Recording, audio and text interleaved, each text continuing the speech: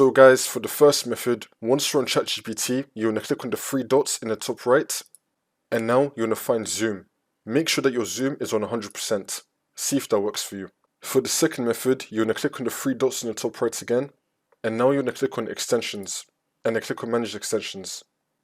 If you have any extensions that you think may be causing a problem, then you want to disable it. And this could also be any ad blockers or scripts that you may have. You just want to disable them. See if that works for you. For the next method, you're going to click on the three dots again in the top right. Now you're going to click on settings. And then once you're on this, on the left hand side, you're going to click on about your web browser. Make sure that your web browser is fully up to date. See if that works.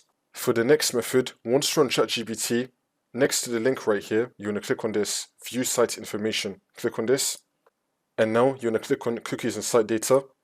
And then click on manage on device site data. You want to delete everything that comes up here. And then click on done. Now you want to reload the page. See if that works. For the last method, you can unplug your mouse, restart your computer, and then plug it back in again. Hopefully this will not fix your problem.